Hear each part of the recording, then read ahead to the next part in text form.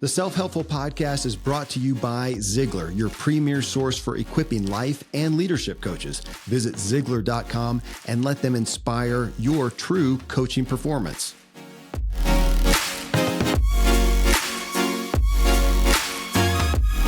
Welcome, everyone, and thanks for joining me as I talk with today's most important influencers, guides, and changemakers to uncover what truly drives them and extract the big takeaway from their personal journey and their greatest wisdom. I'm your host, Kevin Miller, and this is Self-Helpful. In this episode, we're talking about how the impossible goal is actually easily and more attainable to do than the possible goal. And while let's say you want to double your income in a year, for instance, and that can be easier, as you're about to hear, than just increasing it by 5 or 10%. And this is not just some motivational hype. And to prove the point, I have with me Dr. Benjamin Hardy. This is the fourth time, I think, Ben, I've had you on the show, fourth or fifth time, which may be a record after Michael Hyatt. First time we had you on the show I did was Willpower Doesn't Work. Your book, Willpower Doesn't Work. I talk about it constantly. My listeners hear about it so often. If they haven't bought it, go buy Willpower Doesn't Work. It's one of my favorite books ever. Then Personality Isn't Permanent was the second book, another just Hallmark book for me that I refer to so often. However, it was in a show about what drives Ben that you guys are going to hear as part 2 of this series. I'm going to repost it, that I heard his personal story that became the lead story in my new book, What Drives You. Ben is just a brilliant mind. His blog is read by millions every month. He's a master at distilling out a paradigm shifting concept that'll just radically change your lives. It has to me as well. Lately, he's been co-authoring books with renowned business coach Dan Sullivan, and their latest one is called 10X is easier than 2X. If you're watching the video, it's over my shoulder here. How world-class entrepreneurs achieve more by doing less. That is our muse today. Ben, thanks for being here, man. Another day with you, man. It's always good when I'm back with you, man. Well, it is a gift, man. And this one, okay, so here's my story too. I got the book. You sent it to me, your folks sent it to me a while ago. I didn't have to look at it to know I wanted to have you on. So that was a no-brainer. So I didn't look at it because I really like to hit it right before I do a show, and be fresh on it. So it wasn't until we got close to this, I start going through that. But before I did, here, I'm going to give you this testimony. Before I did, I got this email, or I think it was a text from my dad. Okay. Dan Miller, who you know of. And he said, dude, have you read Ben's book? 10X, 10X is easier than 2X. I said, no, I got it. I haven't read it yet. He says, it has revolutionized my business. I'm taking it to my mastermind group and I am changing the trajectory of my business because of this book. Okay. So yesterday I said, okay, Dad, I got him on tomorrow. What was the big standout? Here's what he said, Ben. The idea of letting go of 80% of what I'm doing now is a standout. It's hard to stop doing things that are working at all, but it opens the door to new results, to eliminate a major chunk of what we're doing. We jumped into that. You can tell Ben, I engaged Cassie Shea as my 10X coach. So there you go. How's that? I know her.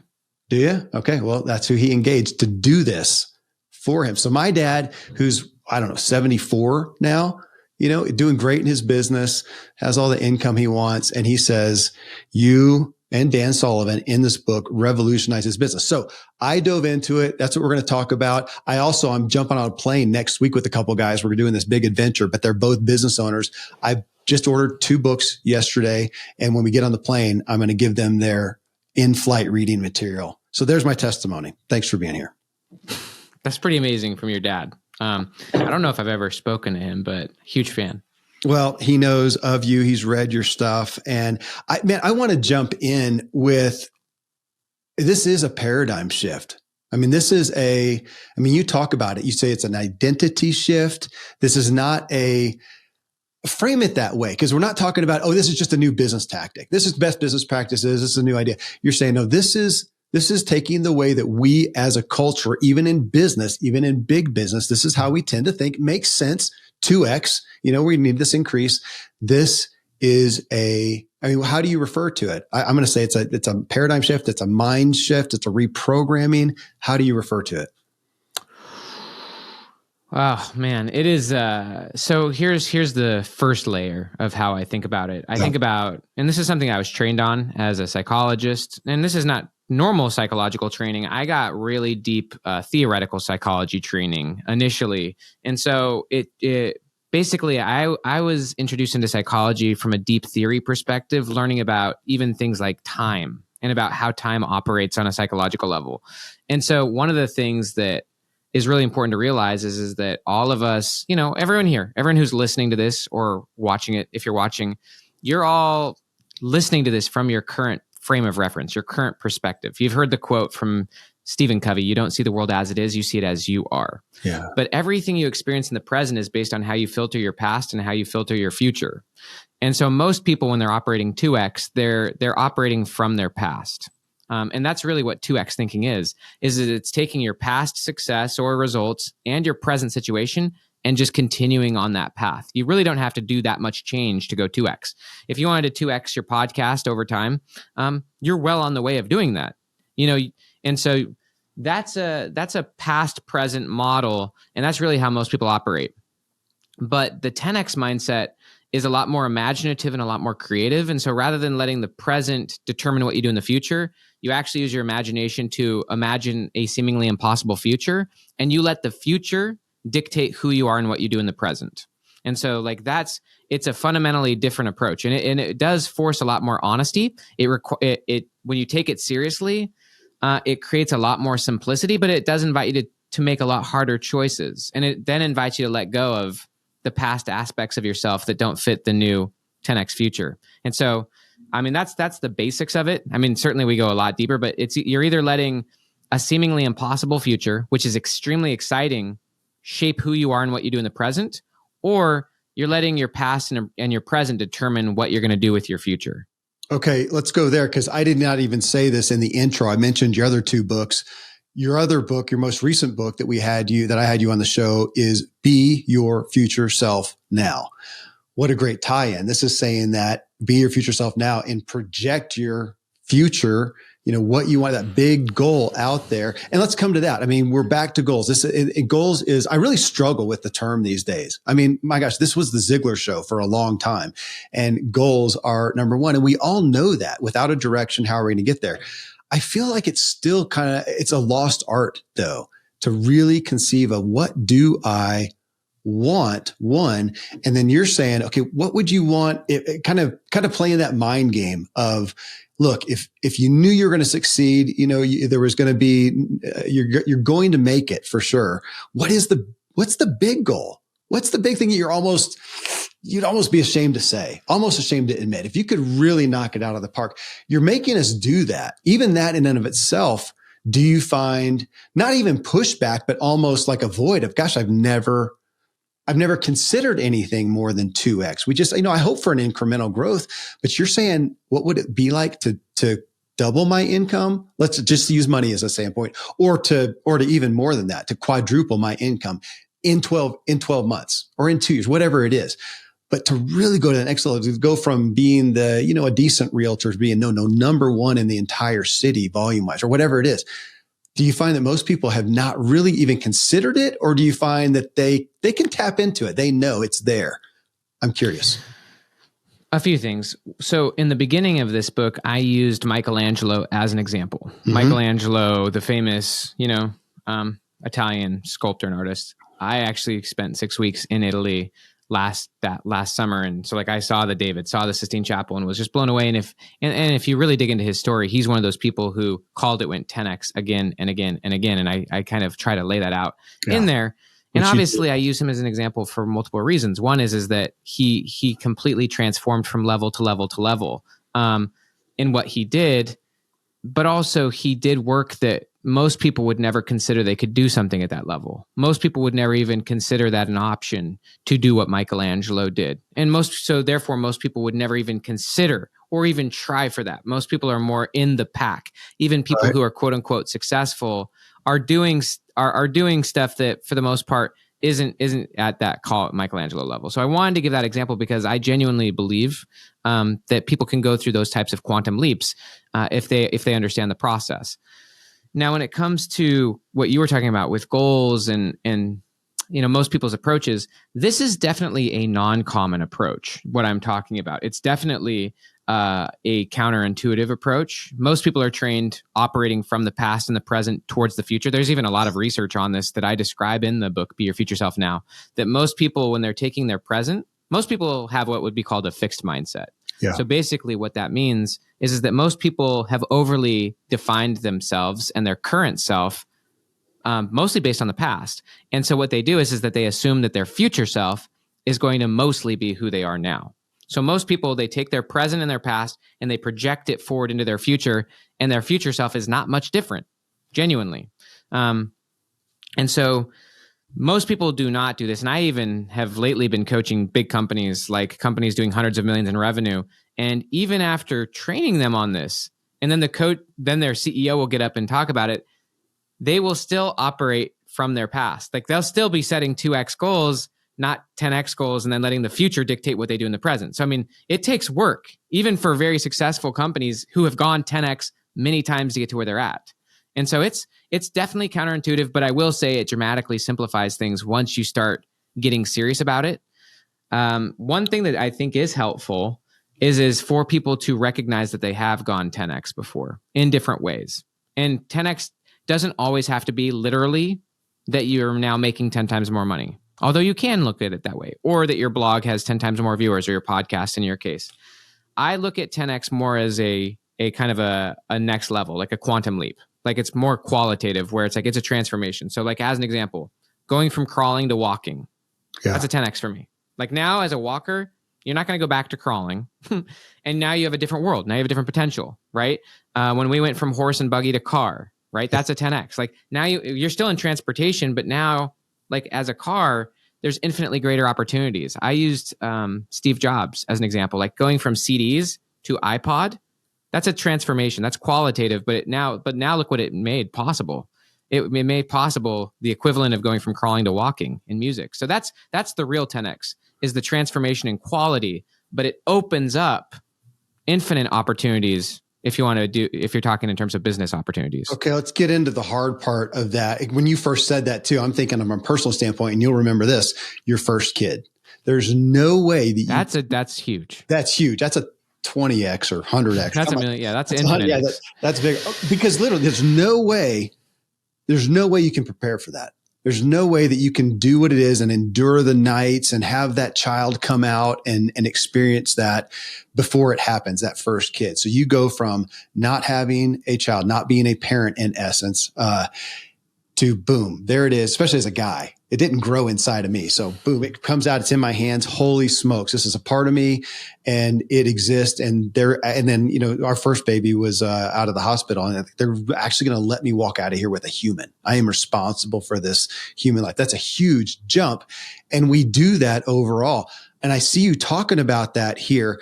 I do want to get into the fear of it. I mean, because you also, to jump into that, like Michelangelo. So he tells a story and he goes after, takes his last $4, not dollars. What was the monetary unit? Whatever it is in Italy. I don't even remember. I can't remember. Anyway, so all the money he's got, and he buys this big thing of marble and he starts going after it. He could have destroyed it. He could have made one chop too many or one bang too many. And oh crap, the head fell off. I'm out of luck.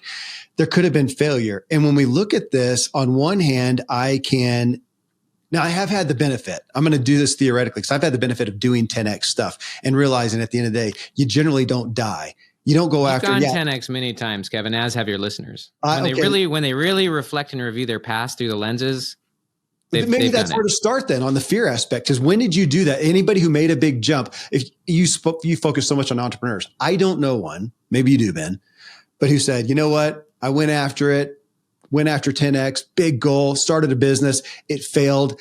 And I literally ended up homeless and I died. I don't have that story. Maybe it happened somewhere. Yeah. Most everybody, they made it. They recovered. They got a job somewhere. They started another business and they lived to tell about it. And so you're right. We probably all have done it, but that is on the other side of it, is going, man, I get that. I'm going to fully commit. I'm going to go after that big goal. But most people are also going to come over here and go, yeah, but what if it doesn't work? Which it may not, first off. Fair? Totally fair. Yeah, so this fits back with going back deep into theory of time when it comes to psychology. Is I have this concept I call mastery over your past. And so basically, from a psychology standpoint, as I was just talking about, to go 10x, you have to let the future and imagine future. And we can talk about why making it impossible is very useful. And it's a simple, like there's a lot of decision-making research behind that. That's not just me making it up. There's a lot of deep research and theory behind this, and businesses use it, even constraint theory. But just to make this simple, to go 10x, you want to let the future determine what you do in the present. And if you're letting the future determine what you do in the present, your present is going to look extremely different from what you were doing in the past. It has huge implications. It's like an intense honesty filter. And that's really what I look at when it comes to goals and even identity is it's about framing and it's about filtering. Your framing is about how you frame yourself, your future self, but also your filter is about your standards and about what you say yes and no to. And so that future, 10x future, is a really intense filter for what you do in the present. Like your dad was saying, you're going to have to let go of 80% of what you're now doing. That it filters that stuff out and it forces you to find that few things with the huge upside because that's the only way to go 10x.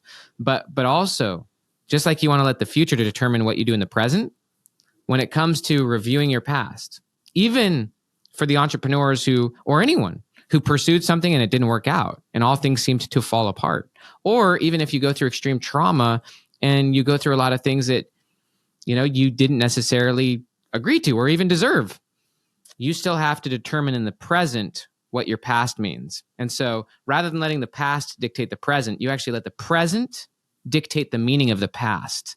And and that's a skill. That's something that you've got to get good at. And that's part of framing is reframing the meaning of the past and using everything as it happened for you, not to you. And you want your past to continuously be an asset, not a liability. And so when I say asset, it means you are benefiting continuously. It continues to pay you because of what you continue to learn from it, even the challenges. And if you can do that, then it really doesn't matter if you go for a goal and it doesn't work because you can take that experience and turn it into more learning such that you're better as a result, not bitter.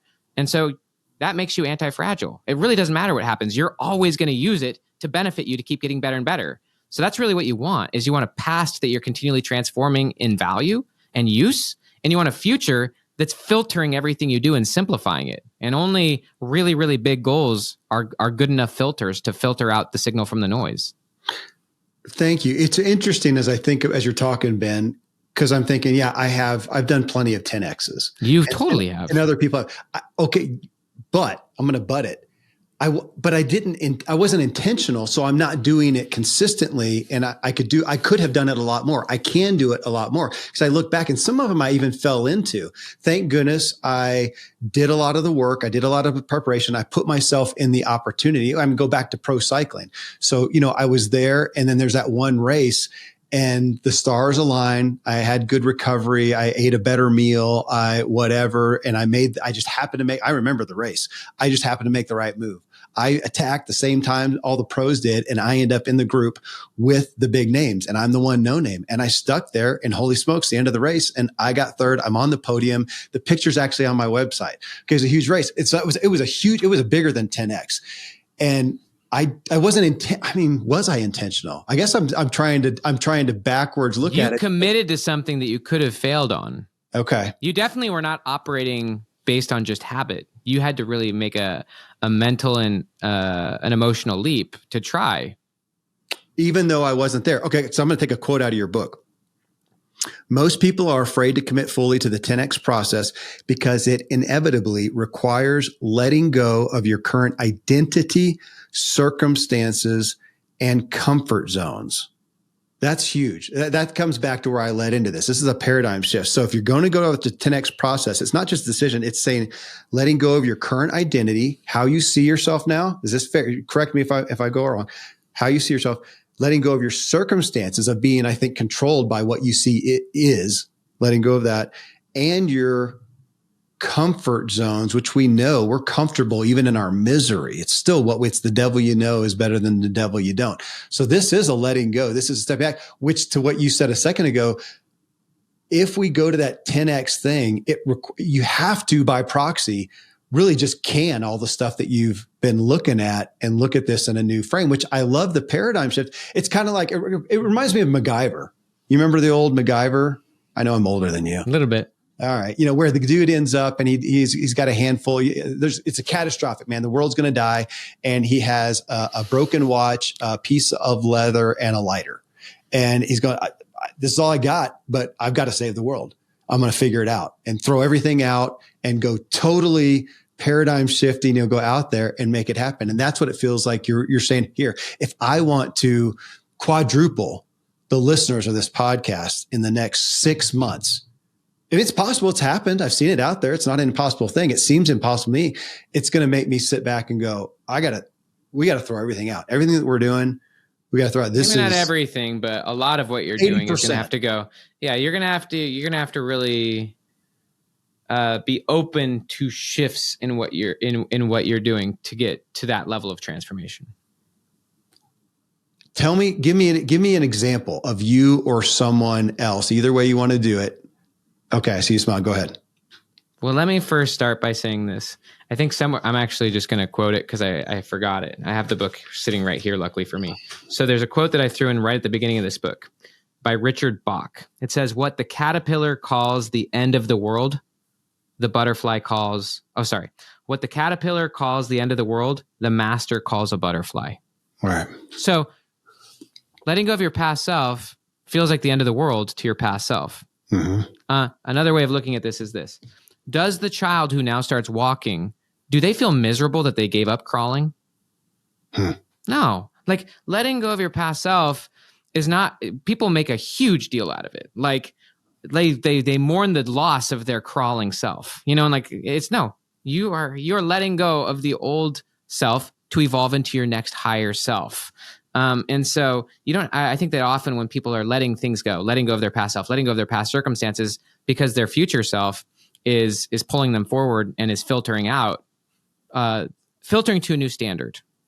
This is a big part of identity. Identity is really about story and standards. Another way of looking at that is framing and filtering.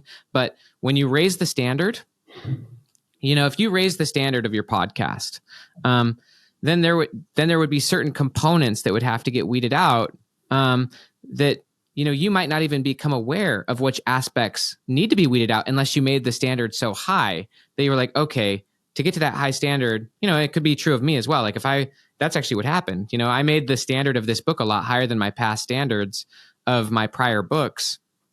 And it forced me, first off, to do a way more deep work, way more research than I typically would. And I researched the heck out of my books, but I had to go through a lot more to write this book. But I also had to get better who's. I had to, once this book reached kind of the level of my future self book, everyone was happy with it. My editor was not my editor. My publisher was happy with it. Hay House was happy. Dan and Babs were extremely happy. But I had a different standard. Like my identity had gone up. But I couldn't get there. I didn't know how to get there. And so I had to be willing to find a new who. And the thing about higher standards is that there's less options to get there. And so there wasn't very many people who could get me to that next level. There's a lot of people that can help you become mediocre, but when you're really going for mastery, there's very few, which means that the filter is really intense. It really filters out most options, and there's really only a few. But I did find that person, and what's really interesting is that from the few people who I worked with. So again, at my current level, at my current self, when I was at the book, like a few months before I was finished writing, at that level, the filters, the standards of everyone around me were saying this book's like a 9 or a 10, Ben. But I knew it wasn't from where I wanted to be. And then the people who I could find who were operating at that higher standard, they said, no, the book's a 5. From their standard, it was a 5.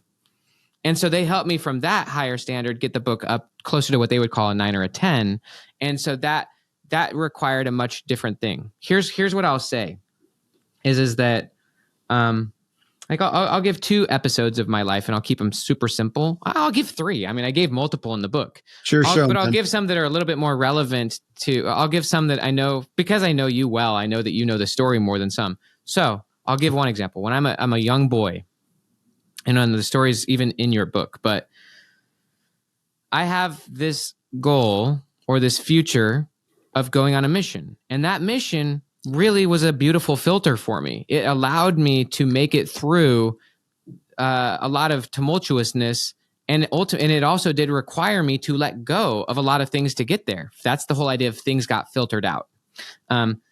Just so that everyone who maybe hasn't read the book has like a little bit of a visual. One of the things that we talk about in this book, and it's in chapter 1, is we have a framework where we talk about the 80-20 rule. So basically, like, according to the 80-20 principle or the Pareto principle, 80% of your success comes from 20% of what you're doing.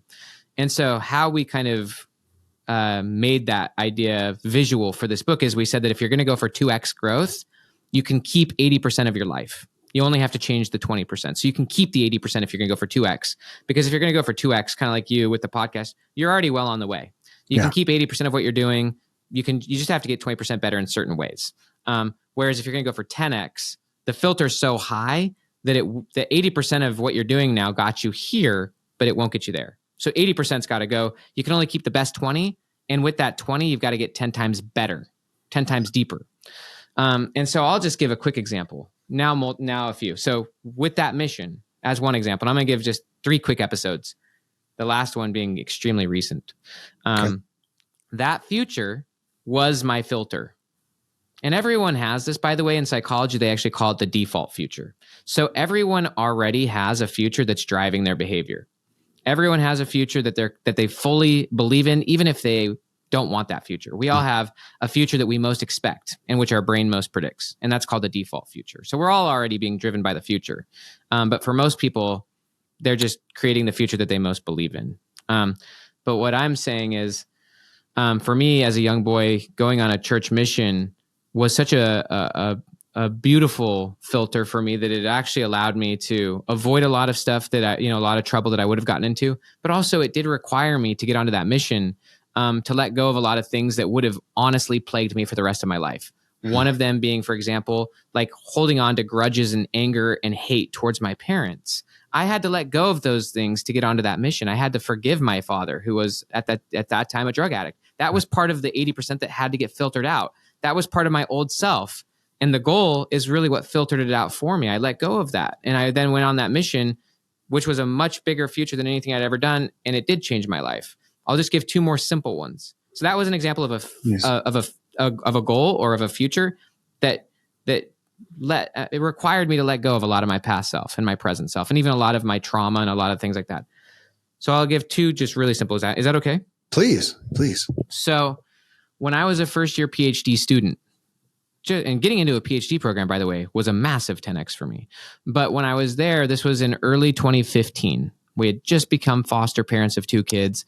I do want to interject. I mean, and this is in my book, folks. This is the lead story and what drives you. And it's because you're talking about that going to a PhD was a big step because, and if I remember the numbers right too, you're ultimately barely squeaked out of high school. You're 19 and spending 14 hours a day playing World of Warcraft, bounce between your mom and dad, and your dad's a meth addict. I mean, there's nothing, there's no experience really that you have. There's no future hope. There's no skills necessarily. I mean, I'm looking at you and going, this is everything that I would, this would be the hell to think that this is my kid, to be honest. Yeah. I mean, at age 19, I was playing World of Warcraft 16 plus hours a day, living at my cousin's house on his basement. But I was deeply interconflicted. Luckily, I had that goal that ultimately finally allowed me to weed that stuff out. That's part of my 80% was playing 16 hours of World of Warcraft. And I would have looked at you and go, the dude has no drive. He has no future. There's nothing to build 100%. on. Yeah. Which is, again, why it's a great story, because the drive was there. You just had to find a reason for it, which you did. So so go from that 19 and then real quick. I mean, what is the trajectory time-wise? And we're not talking that long before you're 19, you go, you come out of that, come on the mission. So I went on the church mission on the day after my 20th birthday, and that was in 2008. So you're 0 at that point, 0 at 20. Let's just say 0 at 20, and then PhD is what, 26 or something like that, or was it later than that? No, 30. So 30, 10 years later. But by that point, I also had Willpower Doesn't Work out, 7-figure business, 3 kids. Actually, forget that. It was a lot quicker that you're the number. That was a crazy 10-year journey. Yeah. So from age 20, but basically, I went on that mission for 2 years, came back. So now it's 2010. Go through my undergrad, meet my wife, get married. And now it's 20. I got into the PhD program in fall 2014.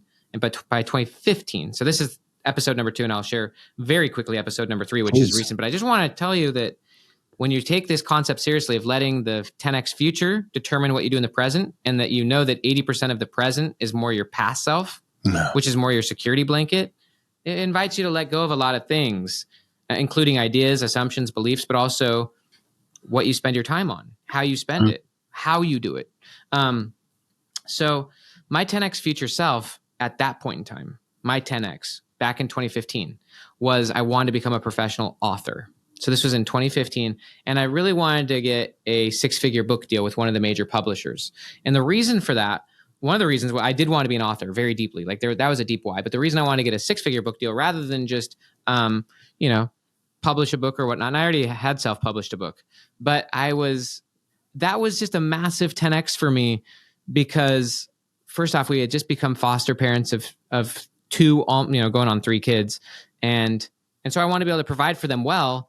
And I wanted to just be able to just write and do what I want to as a living. And so ultimately that goal, it being so big, to get 6-figure book deals is pretty rare. And it's like probably like, in the 1% of book deals, which is fine. I just wanted to do it. But reverse engineering it, letting the future filter the present, and the idea of the 20%, it was a very high bar. Like I had to I had to grow a massive email list. I ultimately had to learn how to get an email list of 100,000 plus people to do that and figure out how to do that. And ultimately it led me to blogging online. And so my 20% was to ultimately become a massive major blogger. And so I had to develop the 20% of that journey was becoming a freaking master at writing headlines, structuring articles, writing in a compelling way, also capturing emails, like learning email marketing. Like there was a really deep 20% that I had to get really good at. There's a lot of things I had to let go of. Fear of what people thought about me, starting to publish online. People might think my ideas are bad. I also had to let go of my university position. And so in a PhD program, usually your tuition is what they call waived, where like you don't have to pay tuition because you have a university position, whether you're a research assistant to one of the professors, whether you have some dinky administrative job administrative just means you've got some really bad job on campus. Yeah. But because you have because you have a job on campus, they give you a stipend, which is another way of saying they're paying you $1,000 a month. That's your pay. You're getting paid like less than minimum wage, but they waive your tuition. So you essentially are getting free school. In order to pursue that commitment of becoming that author, I had to have some really hard, scary conversations with my wife. And ultimately, part of the 80% we let go of was I was no longer going to do that 20-hour-a-week university job. Therefore, we are going to pay for my PhD program. I was the only person in the program paying for my tuition, but that gave me 20 hours that I could focus on writing the blogs. And ultimately, I did get that book deal for Willpower Doesn't Work. So now I'll just share with you one last one. So that was that I had to let go of a lot of things emotionally, identity, my past self. I was really operating for my future self, honestly. And that's why I think my blogs went viral so fast, is because I was fully operating as my future self and I was writing as my future self and I was fully committed. The recent one is this. While writing this book, and I wrote 3 books with Dan Sullivan, my future, to let your future dictate your present is not always easy. And so it became very clear to me while writing that 3rd book with Dan that unless things changed, we were done writing books together. And so like our past was really good. We've just written 3 books, the books collectively, the 3 of those have sold like 600,000 plus copies. They'll break 1 million, sometime in the next 12 months. Just those 3, the ones that we wrote together, Dan and I, Who Not How, Gap and Gain, and 10X. But because my future is what dictates who I am and what I do in the present, I had to be open to letting go of even a phenomenal thing, similar to what your dad was saying at the beginning. You sometimes have to let go of good things to go to the next level of greatness. And so those are just a few examples that I did have to let go of even great, awesome things because I'm so committed to letting my future determine who I am in the present. Okay. Thank you. Tell me about I want to hear I'm going to ask you a question and I want your experience of yourself and then a commentary on what you see people struggle with in regards to the future self. So here is somebody now and they're hearing the message. Okay. And we'll get into this a little more in just a second, but 10x is actually, makes more sense than 2x. So we're going to put that out there. We're going to say that we'll define that again in a second, a little bit more, but we're saying that, but to do that requires, again, we're back to that goal. And in your case, for myself, it could have been, can I really envision myself on the podium with the pros as a no name out of the blue? Maybe you couldn't. Maybe okay. That's where I'm going. You could envision yourself as getting that 6-figure deal. I'm playing with that. It wasn't from the moment I started. Okay. So this is a really important point back to the psychology of time, that the present, how I'm operating in the present is based on the frame. And I look at the past and the future as the draft. It's like you would know you've written a book. So like when you're writing a book, it goes through multiple drafts, multiple iterations. And hopefully each time you're a little bit cleaner, a little bit clearer. So the past is a draft, the future is a draft. And so it's not like the moment I started blogging, I was that clear that I was going to get a 6-figure book deal. I mean, I was starting to learn about it. I was asking agents. I had actually written an ebook, and so remember, it's an iteration. In a week from now, my future self is going to know a lot of things that the person you're talking to right now, my future self is going to know a lot of things I don't know, which is awesome because I know a lot of things I didn't know yesterday. I'm not the same person I was yesterday. So my original goal was just to get my first ebook published. But in getting more information, I came to the quick conclusion, none of them knew who I was. I had no website. And so there was no way I could get a book deal. And so I'm like, okay, so how do I do that? Well, you're going to have to start to grow an email list. They originally said you got to have 5,000 email subscribers. If you have 5,000 email subscribers, you could probably get, a $5,000 or $10,000 book deal with some publisher. And so I was like, okay, so that started to inform my goal. Right. But in really digging into it and really, learning more about it and then starting to build some confidence, and having some powerful conversations over time, the goal shifted to, I actually had a really important conversation. I think you might know Jeff Goins. Jeff Goins. I was going to go there. Yeah. So I remember I had about 10,000 email subscribers and I was anxious. I really wanted that book deal because becoming an author was such a deep desire. It was a drive, using your language. And he was like, dude, you can get a book deal right now. It's going to probably be like 15 or 20 grand. He's like, but if you wait another year or two, then, you might be able to get to, 50 to 100,000 email subscribers. You might be able to get a 6-figure book deal. And I was like, oh, dang. Like, again, now I have, more of a different reference frame. And so that then became the thing I started to reverse engineer. How do I figure out how to get to 100,000 email subscribers? Because now I want that. And so that took time. That was still back in 2015. I had that conversation probably in the fall of 2015. And I'd been blogging for maybe 4 or 5 months by that point, but maybe, yeah. So in that envisioning, then let me bring in another term for you to play with. As people hear this, they get the idea. And we talked about, the fear that can be there, the fear of failure. We're talking about, can you envision yourself doing that? I mean, we're also going to come into the term of faith, of just, do you have the faith that it is impossibility? Is it, can you look, so some way you were able to look there and go, even though you were down here, you had some aspect of either being able to see yourself there or having faith that it might be possible that you, Ben Hardy, coming from where you did, could get a 6-figure book deal. And I'm asking for the importance of that as people listen to this, say, okay, here, you get the idea, but would you say there's got to be some aspect of the ability to envision that possibility, believe in it, have faith in that possibility that you could? Because if you don't, you finish that, you play with that. How important is that?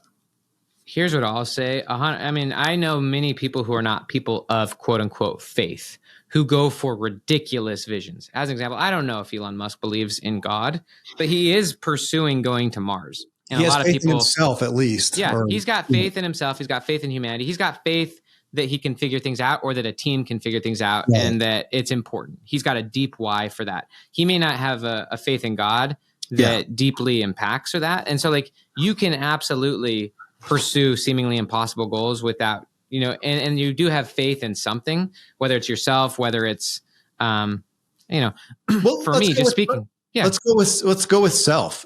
Sure. I think that Elon Musk has deep faith. And I will say, I have faith in myself. Well, maybe more confidence in myself. That here's what I would say is, I know that if I'm pursuing something, and if I'm struggling along the way, and if if seemingly the worst case scenario happens, I lose my job, my health, whatever. I know, I believe in myself that I could figure that out. I believe I could figure that out. And I think that's a big part of it is like, I can figure it out on the other side and we'll be okay. Some of that has to do, I think, with a little bit of a detachment of like, it's more worth it to pursue it. And even if it doesn't work out, than to not. And so I think that there's something there, but for me, I am deeply a person of faith. I mean, we already talked about, I served a church mission, but like for me, having that faith is huge. Like it's so huge in my belief that things can happen. I certainly pray all the time for increased ability, skill, opportunity, praying for doors to open that wouldn't have otherwise opened. Every time I would sit and write a blog post back when I was writing those blogs that went super viral, I mean, I would pray and ask God to help me to write something powerful that would be read by many people and to help me to do that. And so, I mean, to me, that aspect of things and just the belief that, that's less of a faith in myself and more a faith in God's power and what God can do, definitely makes this process a lot more doable for me, at least. And stay. I want to play right there just for a second, because as you're talking, I'm thinking, because I share that faith, in myself and as unto God, honestly, even to the point of feeling a responsibility of a stewardship, even to what's been afforded. Maybe God wants you to do some things with your life that are purposeful, that help other people, right? Yes. Can we hold that? Because I know that some people are going to hear that, and they struggle also with the judgment of feeling bad about where they are. Oh my gosh, I haven't done much with my life. So can we say, that's not the point. The point is, you need to be okay with you now and look at, gosh, do I have a responsibility? Do I accept a responsibility to God, humanity, whatever, even to yourself, to believe that there's more, to believe that the possibility is in you to achieve more? For me, how I look at it is like my relationship with God is me and God, has nothing to do with me and Kevin Miller. You know what I mean? Mm-hmm. I love Kevin Miller. I want you, I know that God loves you as well. And anyone listening to this, but because of that, like, I don't think that, like, I don't want to judge myself against anyone else. Like that has nothing to do with it. Like, and so for anyone listening who thinks, well, maybe I haven't done that much with my faith or something like that, that's literally between you and God. Like, and also there's so many different factors at play, like we've talked about many times. Like I have a younger brother who's struggled with addiction his whole life. I don't think that he has lived a worse life than me. I really don't. And I really don't think that there's any comparison. I think that, I think that his relationship with God is individual with him, and God can do amazing things with him that he would never be able to do with me.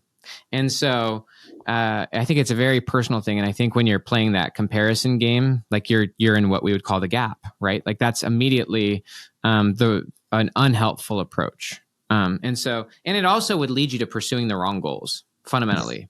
So I don't view I think that this is crucial, is it's unhelpful to view your past in a negative light.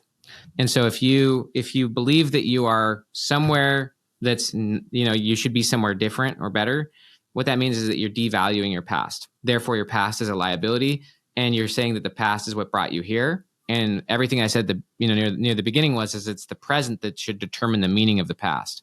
And this is, again, what we wrote about in The Gap and the Gain, but your future will not be served until you transform the meaning of your past and you reframe it such that it's something that you're grateful for and something that you're learning from. And even you're grateful for your past self, even though you acknowledge that you're not your past self. You're now different, but I just think you actually want a positive past, even if it's something that, you wouldn't relive. It's still something that you're grateful for and that you see meaning and value in, but now because of it, and now you have option to go different places. Well, thank you, Ben. I feel like we've unpacked, I hope, some of the highlights of the psychology aspect of this, to then go in and go, okay, let's look at that 10x versus 2x, that 80, you already talked about it, the 80-20 rule, that we are generally spending 80% of our time. I'm going to own it. I don't think I'm this bad, but I got some ground to make up. But let's just say I'm spending 80% of my time to produce 20% of the results. Let's look at that 20% of the results. For me to go and devote myself there. And I've actually been on that path with the show. We were talking about that a little bit before we started, that the show's growing a lot. A lot of that has been for me to focus on that 20% and either do away with or delegate. And I want to talk about that a little bit. It even reminded me back, I mean, my gosh, how long ago did Tim Ferriss write the 4-Hour Work Week? And the concept. 2007. Okay. Wow. You got it revolutionized a lot. It got us thinking about delegating some things. For me, that is literally delegating a lot of the stuff that needed to happen. It's a podcast. These things need to happen, but I'm doing these things. I don't need to. Somebody else can do that. It requires me to take the time to find the right person. It requires me to spend some money that, for those of you who are listening to this, you may or may not feel that you have, but that's often going to be, it feels like that's a big part of this. You've got to either figure out a way to get rid of it or delegate it. And a lot of people in business, there's things that need to be done. You just don't need to be doing it. And that is my current evolution right now, Ben, with the podcast, and why we're seeing it grow is every bit that I'm able to get somebody else to take care of, that I'm able to offload, that I'm able to partner with. I've been doing that too, partnering. So now I have, instead of being, just Kevin as it was years ago, I have a publisher. As you know, you're dealing with some people there. You have a literary agent. There's the book side. On the podcast side, I'm with a network. I have people who are making decisions that I answer to, even to a degree. Now I own what I do. Then in my business, I now have a business partner and a, executive assistant and a team of people doing this. And you have some incredible stories in the book of people who literally, the one realtor, Janet or whatever her name was, and for every assistant she hired, they doubled their income that year or whatever it went along. So there is some big decisions. There's some risk right there going, okay, if I'm going to 10X myself, it feels like that's the option. You're either gonna have to get rid of some stuff or delegate it. Either way, you're not doing it. And it comes back over here into you doing. I look at it at doing that 20%. In there is the stuff that only I can do. This is Kevin's primary gift. And it's not even podcasting for me. It's connections. It's making the connection with the next big guest or getting me on the next big show. I'm able to network and do that. I do that well. But if I'm over here doing all the busy stuff, I don't have time to do it. I'm busy. And you really got me thinking about that. If I am busy from dusk till dawn, chock full, minute by minute scheduled, there's no way I have the energy and availability to 10X myself. It's only going to come in margin. Is that fair? I think that's a really great way of putting it. If you are overly busy, that means you're going for 2X. That's just honestly, that's just a great distinction. Yeah, that's a distinction. I was even, recently talking to someone who's super famous, really successful person, and he admitted that. And by the way, you can be someone who's gone 10X many times, and 2X is still accidentally the default. You've gone 10X, but now you've got this new 80% that's fantastic, but now you're busy and you've made yourself busy. That's me, just for. And that happens to everyone, by the way. This whole process is continuous. Once you've gone 10X, now you have this fantastic life that you've just built, but to go 10X again, you're going to have to let go of a lot of the amazing life you've just built, whether that be, getting rid of it, or as you were just describing, delegating it off so that it's no longer a part of your time. And I think that's really what this is about. Is it's about depth of attention.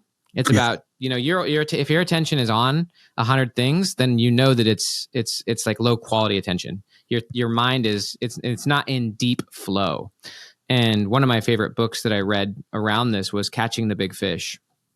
I think it's by Peter Lynch. I could be wrong on that, but anyways, the whole book is about how your consciousness is like the ocean. And if you're up at the surface, then all you can see is small fish. And I liken that to the idea of if you're doing 100 things, and if you have 100 things on your mind, it's kind of like having a computer with your tabs open. You want to let go of most of those things, call it the 80%, whether you've passed it off to someone else, you've delegated it, certainly. Maybe you've gotten rid of a lot of things as well. And now you're going really deep on a few things to develop an insane level of mastery. Back to Michelangelo. When Michelangelo was asked by the Pope how did you create the David statue? He said, I stripped away or I removed everything that was not the David. And so every time you want to go 10x and become your 10x future self, you have to strip away everything that's not the David, which is the 80% of your life and your past self. And you gotta let that go. I mean, in my case, just being honest, letting go of the collaboration with Dan, like that was a huge part of my recent 10x. I'm even letting go of my coaching program, which is 70% of my family's income. You know what I mean? Like I'm getting rid of that because, to your point, availability. You used that word and I thought it was brilliant. One of the things that Aristotle said is he said that necessity abhors a vacuum. The idea of that is that usually if there's empty space, say there's an empty plot of dirt, it will fill. Weeds will grow. If there's an empty spot of 5 minutes, it will fill. It'll fill with social media or some other trash, right?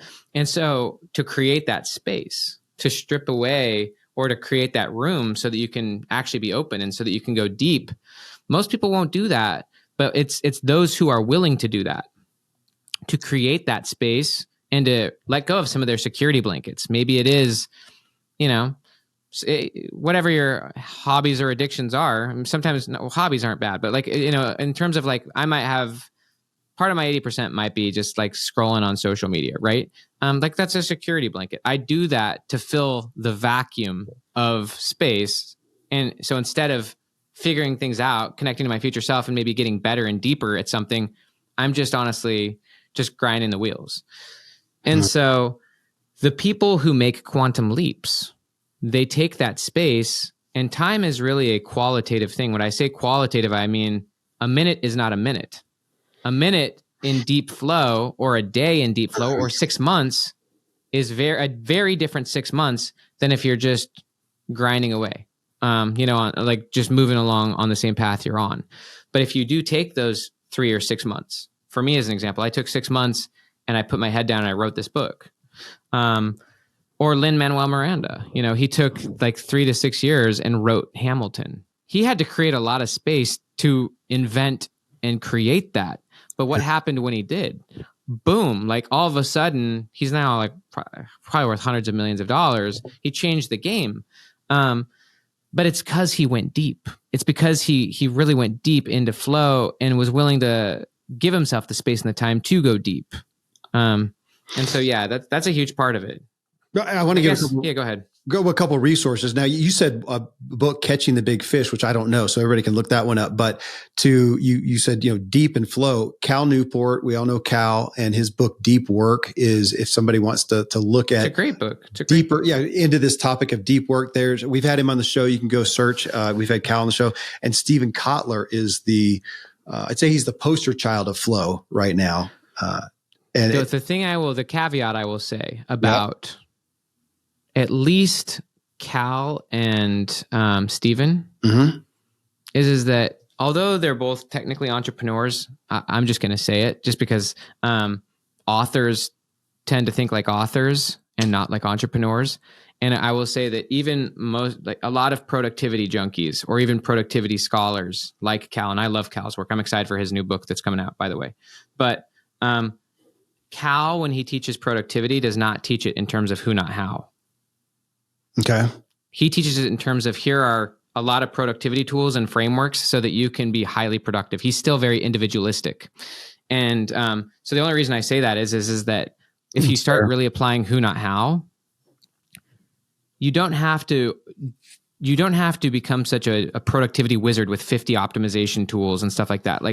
Who, not how is such a simplifier. And it really, again, like 10x versus 2x, most people are operating in a 2x way, meaning from their past. Most people still think in terms of how, not who. And when you really go straight to who, then it simplifies everything because you don't have to optimize the who. They will focus on themselves. You give them autonomy and you let them take responsibility. That's a big part of leadership is trust.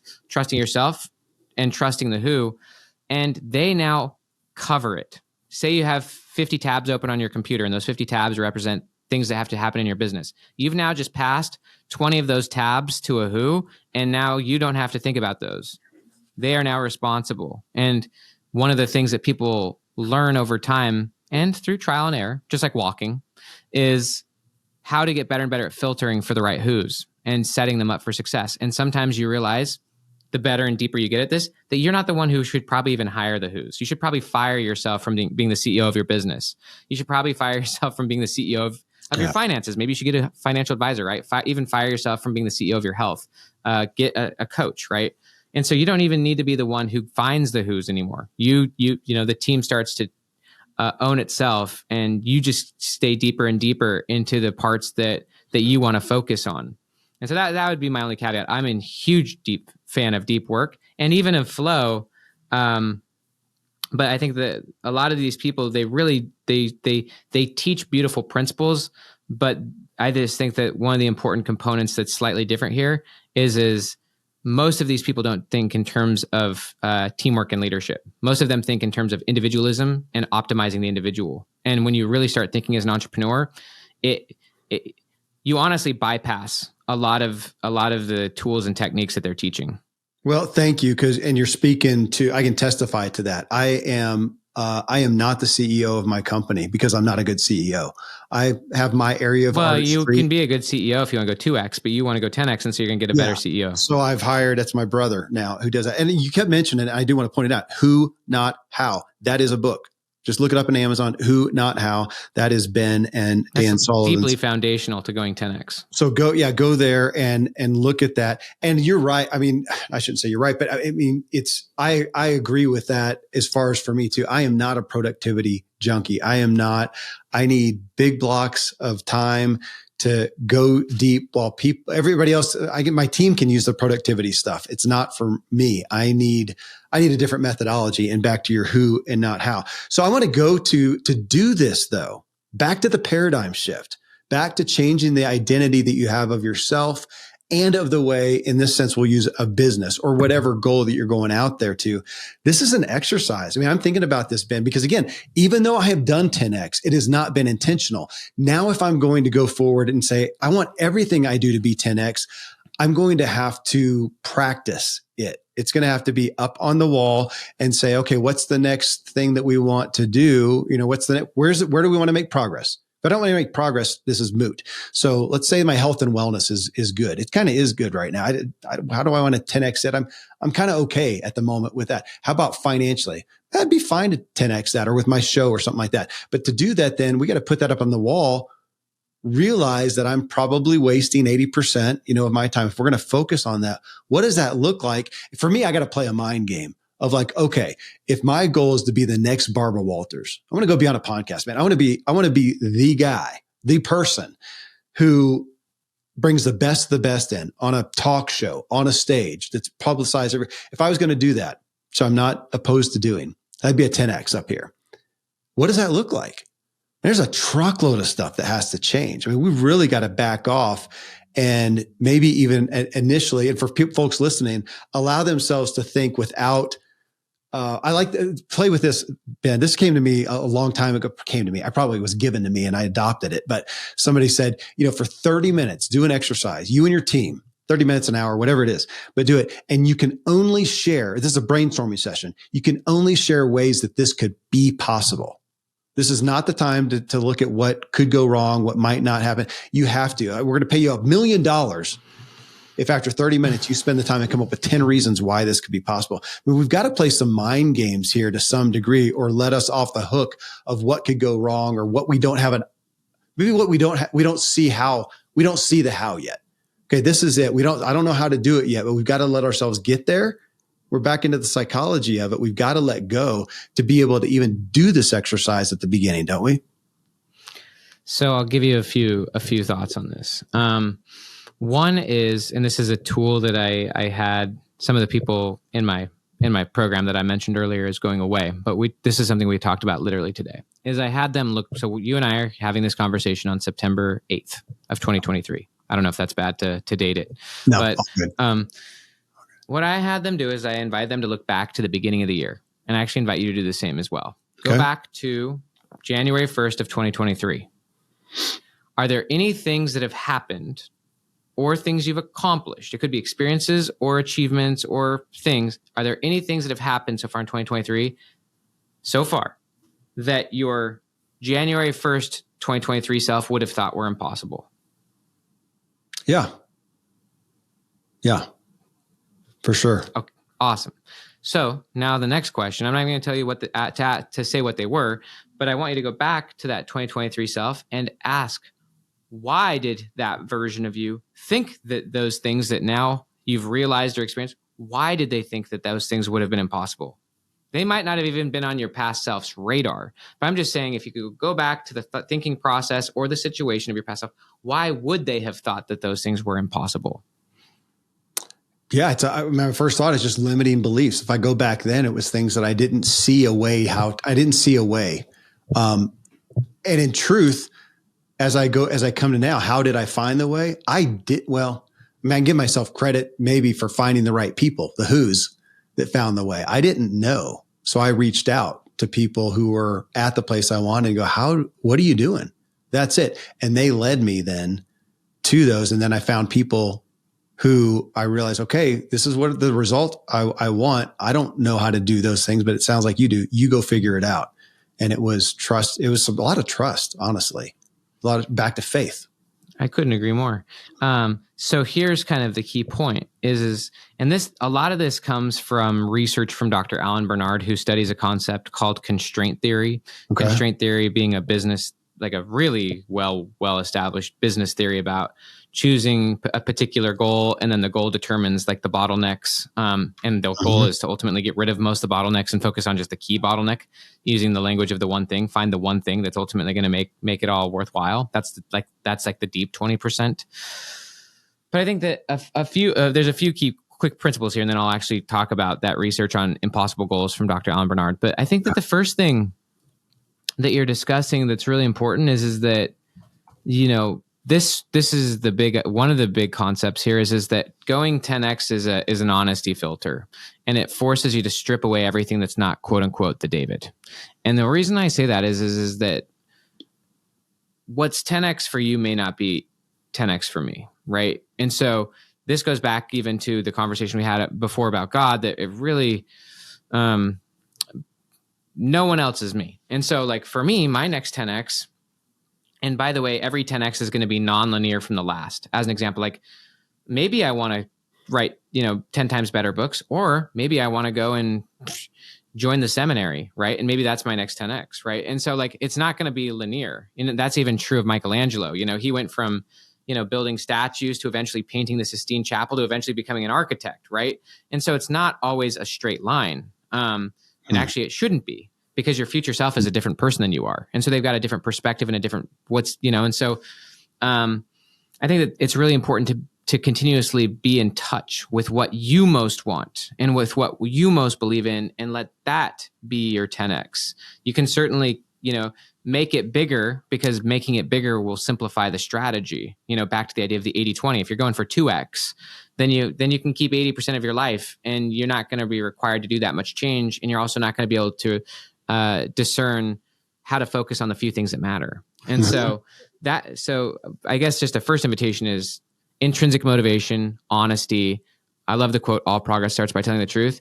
Go for the future self and the 10x that is most relevant to you, even if other people won't understand it, and I think that's just key. That's key. That's one of the things that I think an 80% we all have to let go of, is worrying about what other people think about our future self. But in terms of now talking about the impossible goal. So one of the things that Dr. Alan Bernard, who studied this whole concept of pursuing impossible goals, he studied this for a really long time, and I'll make it hyper practical. So one of the things I just had you do was look back on your past self and ask yourself, what things have you already achieved this year that were impossible? And to honestly just identify why your past self would have thought things you've already achieved are impossible. That's great. Well, why do you want to pursue things that are impossible? One of the reasons, so as an example, rather than going for 10% growth, right? Rather than going for 10% growth, which is very marginal, one of the reasons why you would not want to do that is because there's literally countless options to getting 10% growth. If I wanted to ask you, how do you get 10% more or podcast subscribers? There's probably actually, honestly, 100 different things you could do. But if you wanted to get 10 times the podcast subscribers, if that was your goal, right, most things wouldn't get you there. Most things would not get you to 10x. Only a few really amazing things would get you there. And so that is part of why you want to do it, is that that gets you into the 20%, that there's only a few things that could get you to an impossible goal. There's only a few things that could get you to 10x. And so that's really useful because those are the few things that have the biggest upside. And those are the things you want to focus on if you want to be effective with your time and if you want to, go transformational. You can't go 10x staying in the 80%. You just can't. It's just, that stuff is not effective. It's a waste of time, honestly, if you're wanting to go for 10x. So it's really useful because it helps you have a lot more discernment. But there's another really powerful thing, and that's if you're pursuing something you don't know how to do, then you're no longer operating from your past self. You're no longer operating from your past assumptions.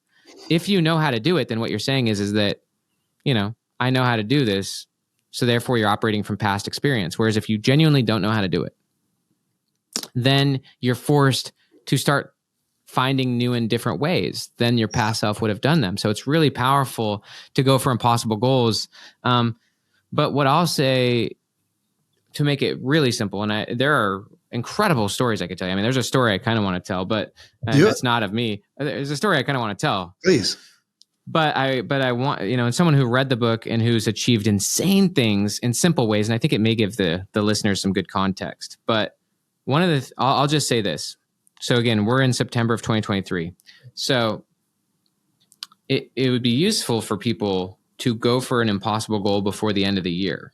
If someone's listening to this right now, I know that it's just you right now listening to me, but what would be something that you genuinely believe to be impossible between now and the end of 2023? And you don't have to answer it, but think about it and make it such that you genuinely believe it's impossible. Part of why you believe it's impossible is because you don't know how to do it. You have an idea, maybe, but truth is you'd probably have to really think it through and probably find some new and different ways.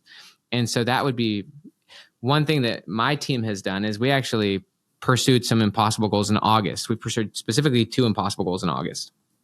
One of them was a goal that we had for the whole year between now and the end of the year. And I just said, let's just go for it in August. And we actually achieved it. And we learned so many things as a result. And my team saw themselves do things that they didn't think were possible. The other goal that we had that we went for that was impossible, we didn't get near achieving. But what happened, because we started pursuing it on such a short timeline, it was an August goal. Because we started pursuing it and our team took it seriously, the who that was over that was like, well, if we're going to go for that, we're going to need to get X, Y, and Z. We're going to have to get a few other who's. And so it expedited dramatically the stuff we were going to eventually have to do anyways. In other words, we had to really raise our floor. Like we had to get so much better at a few things. And we needed to make huge changes if we were serious about that goal. And those were changes we would have eventually had to get to anyways. But now, because we're like pursuing it now and we're going for it, like we're actually going for it, we're committed, it immediately accelerated a lot of the growth process and started weeding out a lot of the stuff that didn't matter. So it was awesome. Do you care if I share with you a quick story, or do you want to follow up on any of this stuff? Please. Yeah. I'm going to tell you a story of a guy named Greg. All right. This story is freaking interesting. And I'll tell you why I like this story.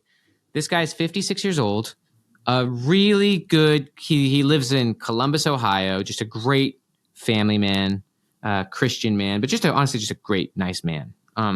And so I just want you guys to have that framing. He's just a lovely family man. His name is Greg. So anyways, for most of his career, he worked with his wife because his wife's an interior designer, and she specifically designs like spaces for care patients, often with like dementia and stuff like that. Like she'll create those kind of environments that are suitable for people like that, because often regular houses and stuff may not be suitable for them. So he spent most of his career supporting his wife's company. But back in 2018, Greg decided he wanted to go off and do his own company. He was kind of interested in commercial real estate, but he still loved that same audience. So his goal was to create big care facilities and like to get the funding and to have the real estate and to build care facilities for people with dementia. And so in 2018, he started that company, left his wife's company, went on his own. And then, they got some funding and they built their first property. So it cost $11 million for them to build this huge, beautiful building with 90 beds. So for 90 care patients. And so they got the funding, they did it. They built the beautiful building so they started that in 2018. By 2019, that building was done. They had 90 care patients and a staff of 100 people, some of them leaders, a lot of them there. Then COVID hits, boom, closes down everything. 2020 passes, 2021, 2022. Now we're at the beginning of 2023. And they couldn't keep building because like the price to build that $11 million building in Ohio now in 2022 and 2023, no longer $11 million. It's now $20 million to build the same building, right? Like it's just, the world's crazy.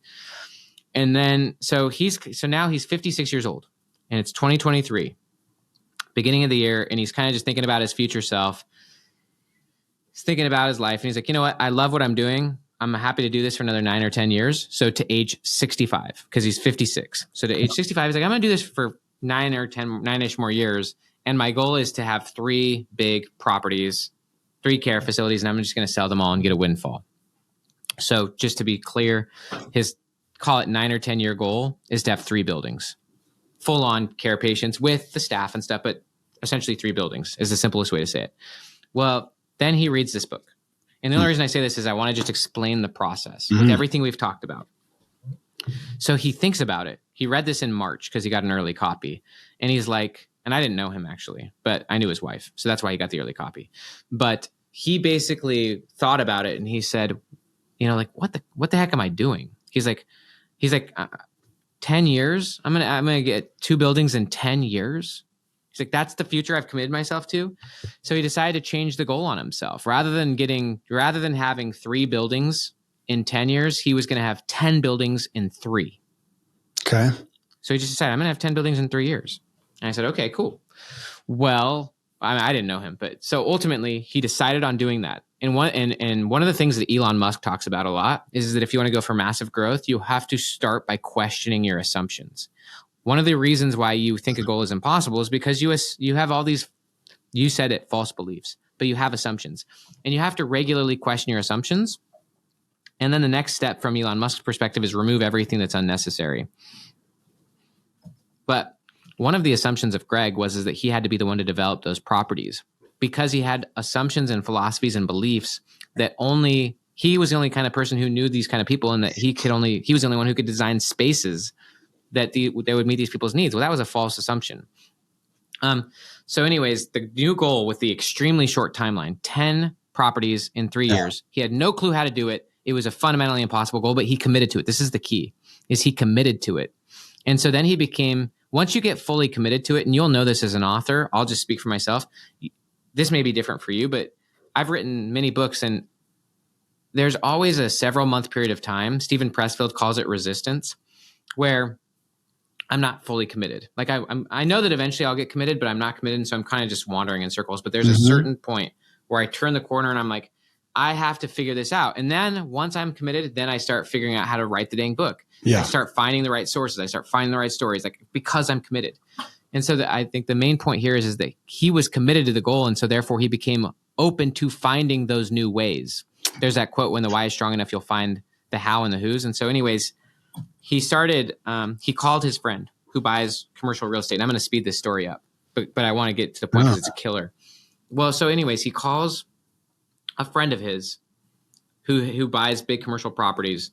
And his friend said, you know, I can't believe you're asking this. He's like, there are literally 2 buildings in Columbus, Ohio that are right what you're looking for. He's like, I would have bought them, but I just bought a few buildings, you know, somewhere else. And so I didn't have the funding.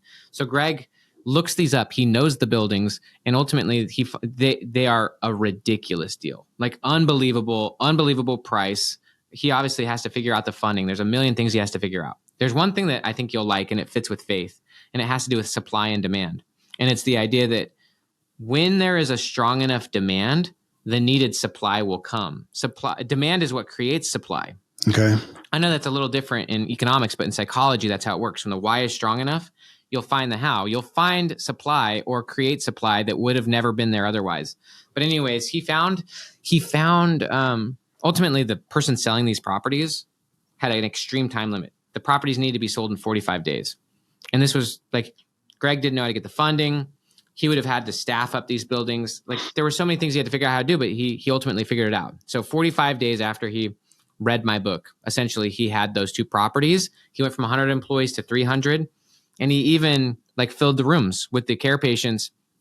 And he like so many of the people rose up, you know, and so he ultimately had those 3 properties, which was his 10-year goal. He achieved it in 45 days after changing his goal. But then this is where the huge kicker is, and this is where your listeners can really start applying this, is So number one, his new goal required him to go a different way. He couldn't build them. He had to acquire them. And he had to find who's to help him do that. So if you change your goal, you're going to have to find a different pathway. In psychology, they call that pathways thinking. And also, like, you're going to have to use a lot more who, not how. That's going to be required every time you go 10x. But here's kind of the final thought here. And then I want you to go wherever you want with this final, wherever we go. But I met Greg about 5 or 6 weeks ago from when you and I are talking right now. I met him in early August of 2023. He told me this story. He's like, Ben, you won't believe this. I now have 3 properties. I changed my goal. We're going to get 10 properties in the next 3 years. He's like, I'm doing it. I'm committed. And he's got all this commitment and excitement. He's telling me about how his team is transformed, and how much better his leaders are because they really had to step up. And some of the people left because some of the people became part of the 80%. They didn't want to go. Right. They didn't want to make that massive change. But then I asked him this question. I said, Greg, what is your impossible goal before the end of 2023? And he said, what are you talking about? I said, what's your impossible goal before the end of the year? I said, if you're not going for an impossible goal, then you're operating from the past. And he's like, he listened, he thought about it. And so then he called me a week later. So this was like a little less than a month ago. He called me and he showed me his goals. He had them laminated. He said, these are my impossible goals before the end of the year. So one of the impossible goals he set was that he was going to get 3 more buildings before the end of the year. He had no clue how he was going to do that. Well, less than a week after he set that goal, and again, he committed to it. And so he started looking. Your eyes can only see and your ears can only hear what your brain is looking for. That's what Dan Sullivan always says. But that's also in psychology, that's selective attention. Anyways, after setting that goal during that week, his partner found 3 properties that were available that were phenomenal. And they had no clue how to fund them, but they figured it out. They put an offer on them. And then another really amazing opportunity came up that none of these they would have been looking for had they not set the impossible goal. And so ultimately they have 4 properties under contract right now, and they're going to end up finishing this year with 7 properties, probably 600 employees. None of this would have happened if he was operating from his past, but now he's operating 10x with a 10x identity, a 10x psychology. He's applying a lot more who, not how, and he's growing. I mean, he's going to have 7 properties at the end of this year, when at the beginning of this year, his goal was to have 3 in the next 10. He's a humble dude, but he's going to finish this year and his net worth is probably 5x'd this year. Yeah. Actually, those properties, by the way, he bought less than 2 months later, someone offered him $8 million more than he paid for those 2 buildings. $8 million is more than he's ever made in his whole life. Yeah. He was offered $8 million more for the 2 properties less than 60 days after he bought them, but he kept them. Finding new ways. You said that. You talked about when your why. Pathways thinking. When your why is strong enough, you'll create the how. You talked about impossible goals. That's this 10x thing. Okay, here's what it spoke to me. So what's speaking to you right now? What's speaking to me? I know you were very patient as I told that story, by the way. No, I'm sitting here thinking, and so I'm going to share something with you that's dawning on me. That's a brilliant, I'll call it a divine overlap. It's forcing possibility. I have a lot of big names on the show, like you, Ben.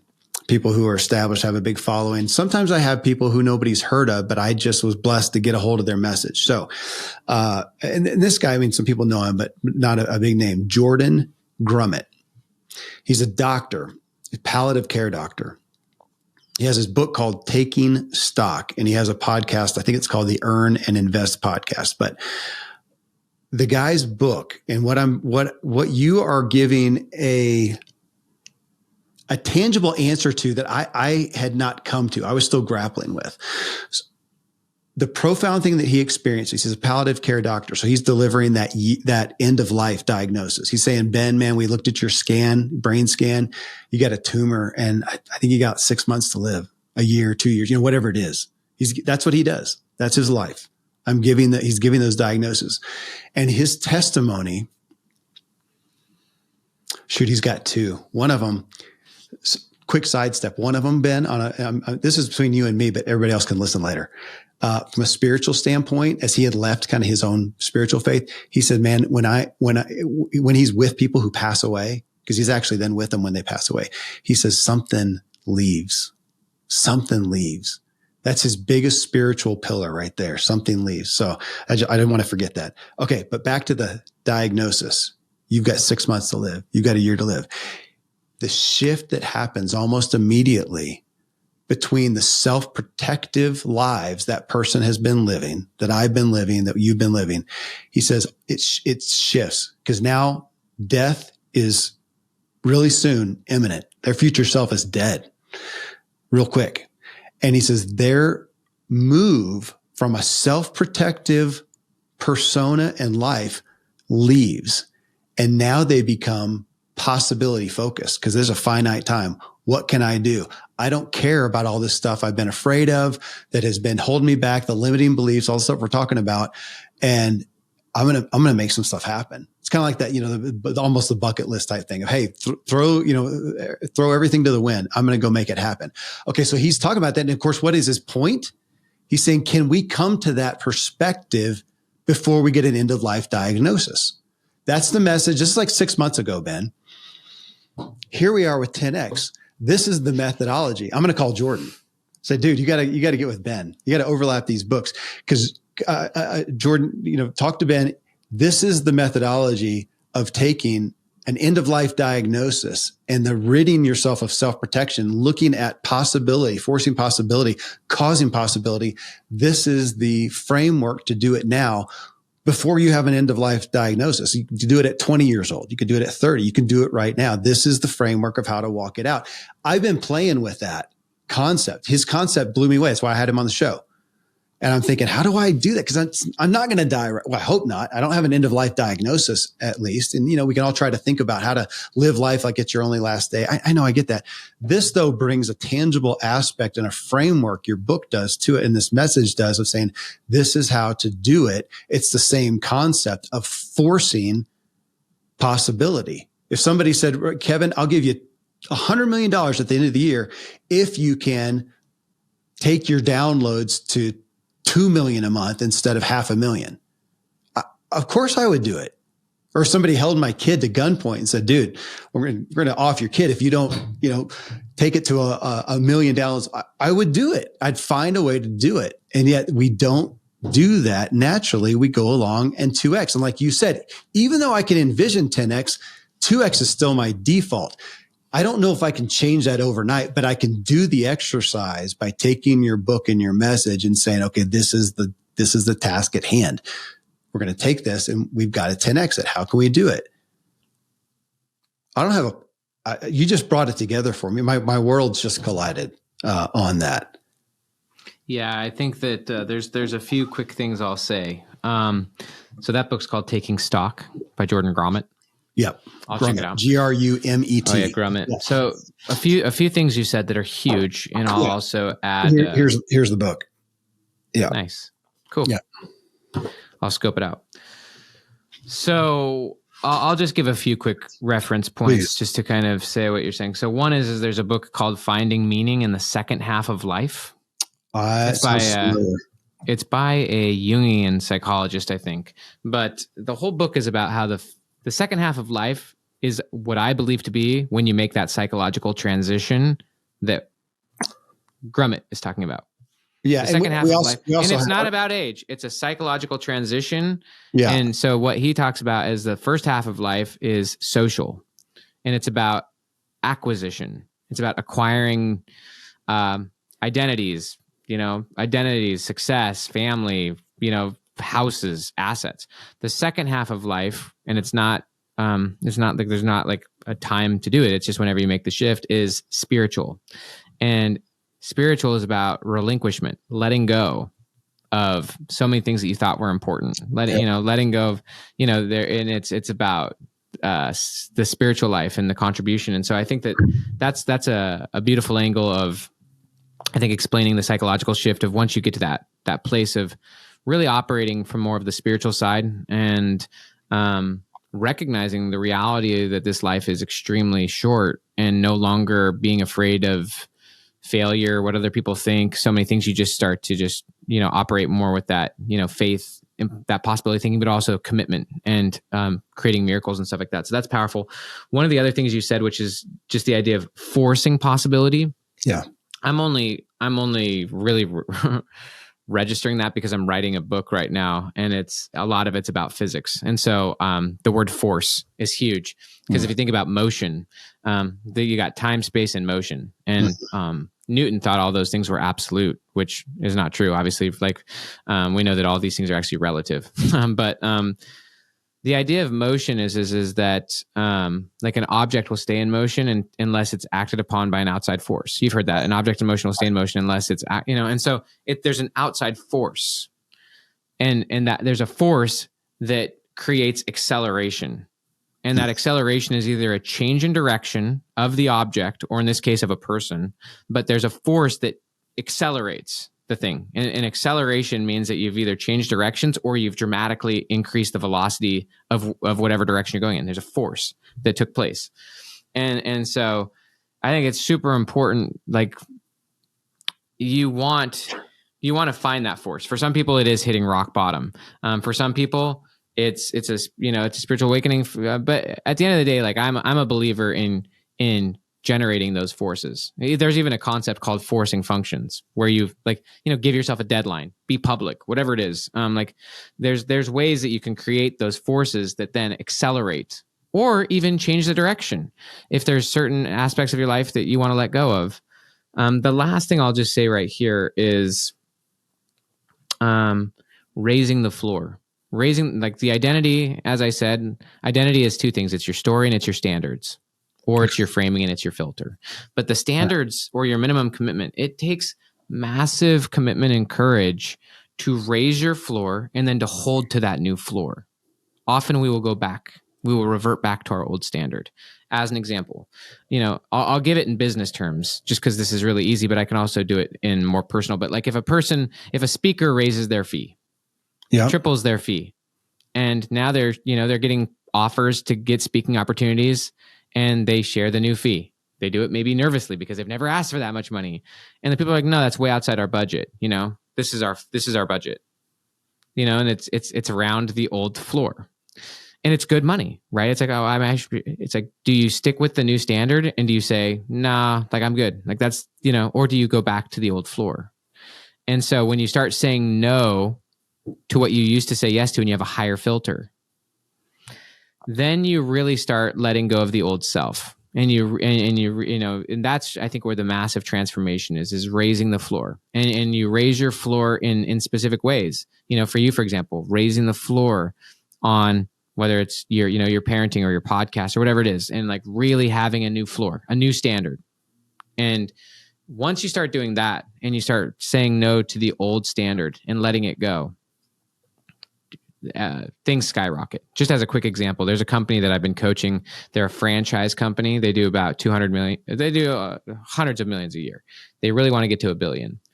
Well, one of the things we found with their floor is that, talk about their 80%. 80% of these people who are franchisees who run their own versions of this company, most of them plateau at like 500 grand a year. Most of these companies, most of these franchisees.